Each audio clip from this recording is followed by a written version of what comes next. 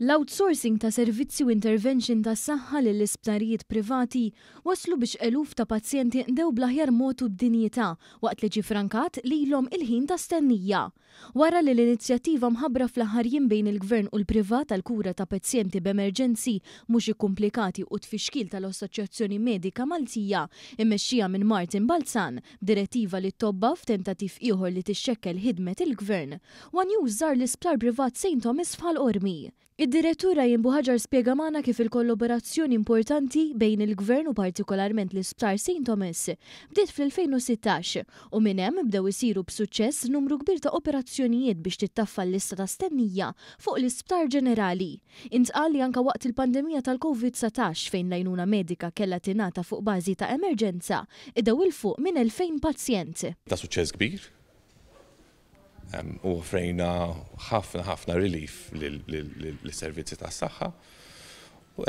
U matul iż-żminijiet kellna iktar inizjattivi, pereżempju dal-aħħar il-Gvern ikkontrattana biex nagħmlu inizjattiva biex nieħdu ħsieb il-kirurġija u s'issa għamilna il-fuq minn 3000 operazzjoni fl-aħħar sentejn biss. Brabta mal-kwistjoni tal-mam id-direttur tal-Isptar St. Thomas sostna li l-konsultazzjoni relatata ilha għaddejja u issa qed tħalli l-frott tagħha bil-kontra ta' dak li qed tibqa' sostni l-Assoċjazzjoni tat-Tobba.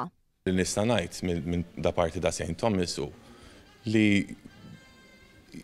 il-Gvern ilu jitkellem fuq din l-inizjattiva minn Jannar tas-sena l-oħra. Forsi ma ġiex imxandrem barra ma l-ewwel meeting li kellna rigward din l-inizjattiva kienet f'Jannar ta' 2024. Mhumiex affarijiet li jiġru mill-lum għal-għada. However, diġà bdejna dawn nies li setgħu jieħdu sodot Mater Dei għal nies iktar akuti. Sa dan it-tant One News tkellem ma' direttur mediku Kristen Buħaġar dwar il-kriżi li qed jiffaċċjaw pajjiżi oħrajn fil-qasam mediku, inkluż fl-Ingilterra. Bħalissa fl-isptarijiet ta' Londra eluf kbar ta' pazjenti qed ikollhom jistennew għal sigħat twal ħafna u jinqdew saħansitra minn infermieri fil-kuruturi minħabba influss qawwi ta' nies li qed jirrikorru għall-isptar. Għal dan ir-rigward qed jiġi rrappurtat li saret il-prassi li l-isptarijiet jagħmlu riklami biex jingaġġaw infermieri bix-xift biex jaħdmu f'dik li ġiet imlaqma kura tal-kuruturi. Dan waqt li t-tnejn il-medja Britannika rapportat kif ċifri uffiċjali sabu li ma' 500,000 persuna is-sena l-oħra kellhom jistennew għal medja ta' 12 siegħa fuq it-trolleys, waqt li bosta tilfu ħajjithom f'din il-kundizzjoni minħabba nuqqas ta' sodod fis-sistema tal-NHS. F'Liverpool pazjenti saħansitra kellhom jistennew għal iżjed minn jumejn biex jiġu kurati mit-taqsima tal-emerġenza. Dr. Buħaġar saħqet li bil-maqlub Malta qed tinvesti u tieħu dawn il-miżuri inkluż il-ftehim dwar każi mhux serji ta' emerġenza biex kull pazjent f'pajjiżna jinqeda bid-dinjità li tixraqlu. Biex jimmitika propju din is-sitwazzjoni, jipprova jevita dawn is-sitwazzjonijiet fejn pazjenti jkunu ikollhom jiġu kurati fil-kuruturi mingħajr dinjità.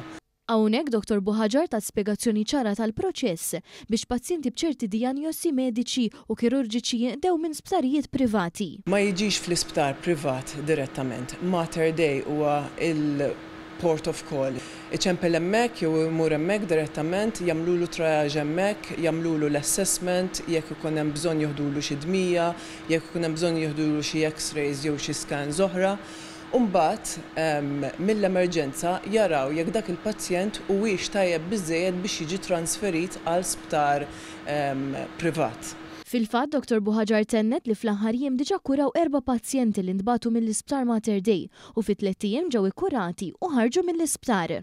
Pazjenti hawnhekk kienu komdi ħafna, kellna rispons tajjeb ħafna minn għandhom.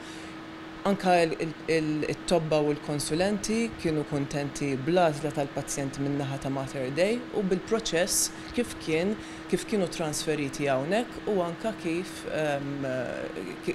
ġew trattati u kurati hawnhekk.